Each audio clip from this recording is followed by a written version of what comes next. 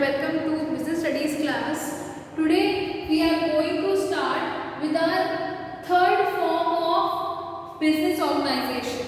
In our last video, we had already seen two forms of business organization. First was sole proprietorship, second was Hindu undivided family business. In today's class, we are going to start with the topic partnership. What is the meaning of partnership? You can see in the term it is given partner. जहाँ पे लोग बहुत सारे लोग एक साथ group में एक बिजनेस को स्टार्ट करते हैं उसे क्या बोलते हैं? Partnership. What is the meaning? Two और more persons agree to carry lawful business. तो फर्स्ट पार्ट में जो है क्या डेफिनेशन दे रखी है? दो या दो से ज्यादा लोग जब क्या करते हैं एक लॉफुल बिजनेस स्टार्ट करते हैं उसे हम क्या बोलते हैं? पार्टनरशिप. दो से ज्यादा. अगर दो से कम हुआ, दो से कम क्या होगा? एक. तो एक में क्या आ जाएगा आपका? Sole proprietorship. आप फिर किस में कवर होगे? पार्टनरशिप में नहीं, सोल प्रोप्राइटरशिप में.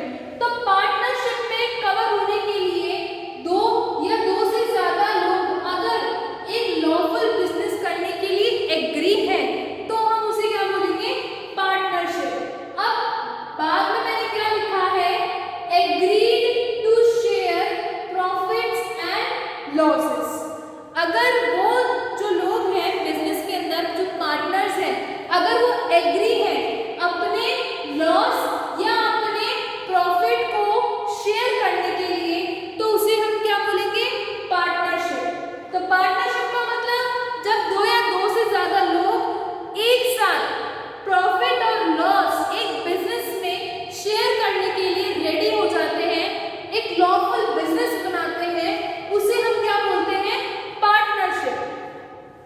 अब हमने जब सोल प्रोप्राइटरशिप पढ़ा, हमने एचयूएफ पढ़ा तो उसके अंदर कुछ लिमिटेशंस थी. लिमिटेशंस क्या थी? सोल प्रोप्राइटर के अंदर और एचयूएफ में लिमिटेड लायबिलिटी होती है, यहाँ पे अनलिमिटेड लायबिलिटी होती है. सोल प्रोप्राइटर में क्या था? उसकी लायबिलिटी क्या थी? अनलिमिटेड थी. बेचारे एक इंसान को सारा काम करना पड़ रहा था. यहाँ पे बहुत सारे लोग हैं, वहाँ पे लैक ऑफ मैनेजरियल एबिलिटी थी. एक अकेले इंसान सारी फील्ड में स्पेशलाइज नहीं हो सकता. पर जब यहाँ पे बहुत सारे लोग हैं जो बिजनेस कर रहे हैं तो वो लोग क्या होंगे? अपनी अपनी फील्ड में स्पेशलाइज होंगे तो बिजनेस बहुत अच्छे से चलेगा. तो सोल प्रोप्राइटर और एचयूएफ ने जो है इसको बर्थ दिया. बर्थ मतलब जन्म दिया कि अगर उसके अंदर कुछ नुकसान है तो उस नुकसान को कवर करने के लिए अगर आपको ये लग रहा है कि उसके अंदर नुकसान है तो आप पार्टनरशिप में अपना बिजनेस स्टार्ट कर लो. आप दो चार लोग जो है वो मिलके अपना बिजनेस स्टार्ट कर लो. अगर आपके पास सोल प्रोप्राइटर में इतना पैसा नहीं है कि इतनी सेविंग्स नहीं है कि आप एक बिजनेस स्टार्ट कर सको तो आप ये करो कि बहुत सारे लोग मिलो और साथ में मिलके एक बिजनेस स्टार्ट कर लो. उसे क्या बोलेंगे? पार्टनरशिप.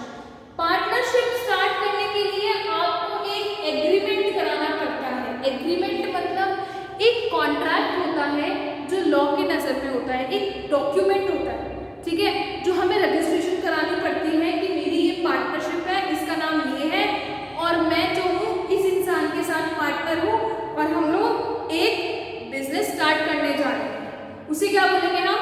पार्टनरशिप. अब इसके कुछ फीचर्स हैं जो हम लोग अभी स्टार्ट करते हैं पढ़ना. पहला है फॉर्मेशन. ये पार्टनरशिप कैसे फॉर्म होती है?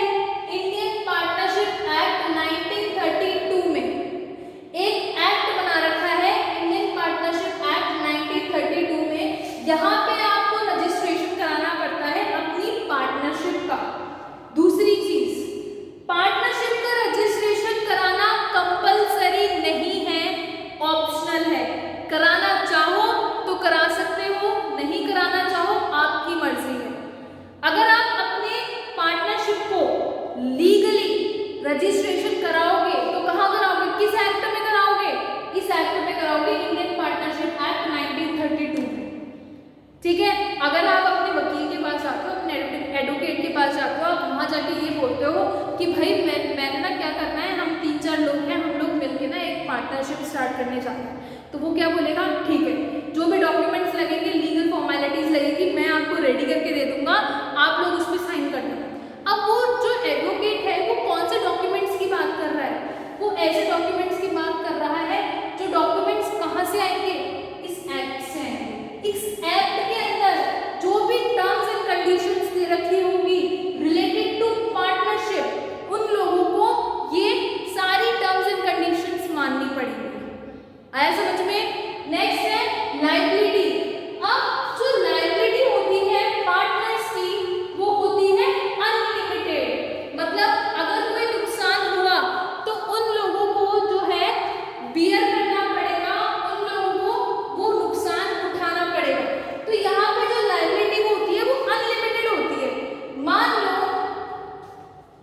कुछ एक पार्टनर्स हैं जो जॉइंटली, मतलब एक साथ मिलकर उन्होंने ये बोला, एग्रीमेंट कराया, एग्रीमेंट में ये लिखा अगर कोई लॉस होगा तो हम सब मिलके जो है उस लॉस को भरेंगे, ठीक है, उस लॉस को हम लोग उठाएंगे, सब लोग मिलके जॉइंटली, ये उन्होंने अपनी एग्रीमेंट में लिखा। अब एक होता है इंडिविजुअली, इंडिविजुअली मतलब अलग अलग, अकेले अकेले, अगर कोई नुकसान हुआ तो हम अलग अलग उठाएंगे उस नुकसान को। मतलब मान लो मैंने एक पार्टनरशिप स्टार्ट करी है 4 लोगों के साथ, ठीक है, मुझे मिला के कितने लोग हो गए, 5, मुझे मिला के कितने लोग हो गए, 5 लोग हो गए, मैंने एक पार्टनरशिप स्टार्ट करी है। अब मैं क्या करूंगी, इन लोगों का ना शेयर होगा अपना, जिसने जितनी ज्यादा कैपिटल इन्वेस्ट कर रखी है उसका उतना शेयर। मान लो 10 लाख की कैपिटल है जो टोटल है, इन पांचों की मिला के जो बिजनेस के अंदर कैपिटल है ना, जो बिजनेस के अंदर फाइनेंस है, जो पैसा लगा हुआ है वो कितना है, 10 लाख। मान लो एक पर्सन है ए ने कितना इन्वेस्ट कर रखा है, 2 लाख। बी है, बी ने कर रखा है 1 लाख। सी है, उसने कर रखा है 3 लाख, ठीक है। डी है, उसने कर रखा है 2 लाख, और फिर एक ई है, उसने कर रखा है 2 लाख। तो ये कितना हो गया,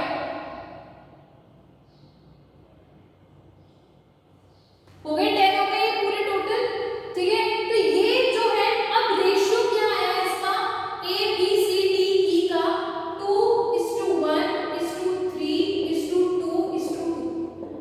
ठीक है। कितना हो गया, 2 + 1 3 3 6 7 8 9 10 10 हो गया टोटल। 10 लाख की कैपिटल थी, 10 लाख की कैपिटल थी, इस रेशियो में उन लोगों ने क्या कर रखा है, इन्वेस्टमेंट कर रखा है। अब अगर लॉस होगा, मान लो हम लोगों को बिजनेस में हुआ 20 लाख का लॉस, तो इस 20 लाख के लॉस को ये लोग पता है कैसे बियर करेंगे, इंडिविजुअली। ये तो देगा अपना दो रेशियो का, मतलब इतना जो अपना पार्ट है ना, इतने में उससे क्या उठाएगा, लॉस उठाएगा। मतलब 20 लाख को डिवाइड कर दो 2/10 से, तो इतना तो जो लॉस है इसमें ये लोग ये उठाएगा। वहीं पे जो 1 वाला है वो जितना उसने इन्वेस्ट कर रखा है उतना उठाएगा। कितना, 1/10, तो कितना हो गया इसका, 20,000। 20,000 का लॉस ये उठाएगा। ये 2 वाला कितना उठाना था, लगा लो 20 लाख इंटू 2/10, तो ये कितना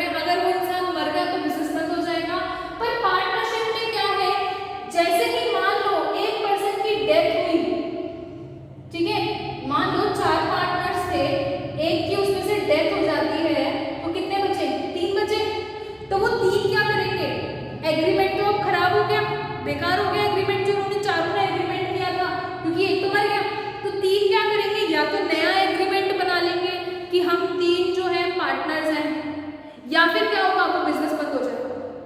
ठीक है, फिर उसके बाद है मेंबरशिप। अब यहाँ पे कितने मेंबर्स होते हैं पार्टनरशिप में, मिनिमम 2 मेंबर्स और मैक्सिमम 100।